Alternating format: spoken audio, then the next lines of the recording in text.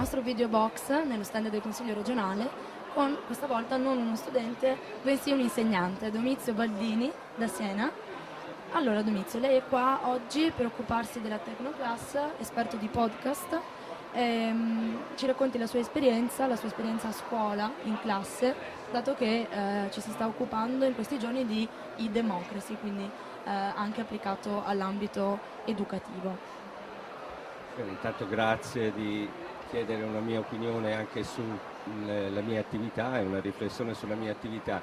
Io sono un esperto di podcast e sono stato uno dei primi che lo ha introdotto in Italia. Ci spieghi brevemente di cosa si tratta, di cos'è il podcast? Allora. Così per chi non lo conosce. Allora, il podcast è una trasmissione sia audio, sia solo audio, sia audio-video, che ha il grande vantaggio di essere certamente messa in rete e di poter sfruttare una sorta di abbonamento a questo podcast. Cioè, cosa succede in pratica? Queste trasmissioni vanno tutti raggruppate in uno stesso podcast che ha un titolo, quindi una specie di trasmissione radio, una trasmissione televisiva, e ogni volta che viene aggiunto un episodio, chi si è abbonato gratuitamente a questo podcast riceve l'input che c'è un nuovo episodio che può essere utile e può essere scaricabile. Il grande vantaggio del podcast è che questi episodi sono estremamente semplici da realizzare, soprattutto con tecnologia Apple, e io ne ho fatti tantissimi io personalmente per le mie riflessioni, ma anche e soprattutto con i ragazzi. È un'attività che io svolgo nella mia scuola da circa 3 anni e sono coinvolte tutti i ragazzi delle prime, delle seconde e delle terze, per un totale di circa 500 alunni.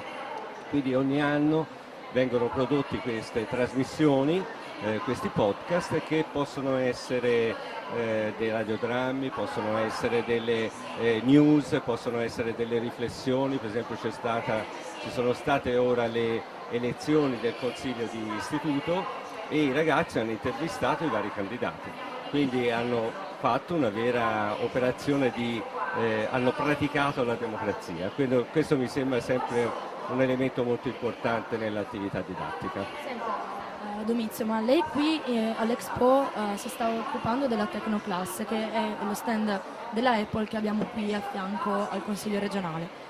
Di preciso che cosa sta facendo?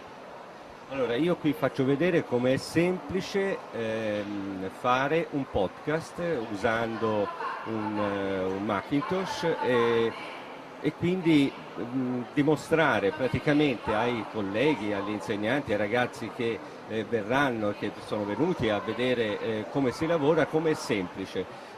La mia idea dell'uso della tecnologia è che la tecnologia non deve diventare un problema, ma deve essere solamente qualcosa che io accendo, uso, e il 99% del mio tempo è cercare di mettere in una forma decente i miei pensieri, le mie elaborazioni, in sostanza dare sfogo alla mia creatività e soprattutto alla creatività dei ragazzi. Grazie di averci dato la sua opinione. Grazie a voi. Buon lavoro. Arrivederci, grazie a voi.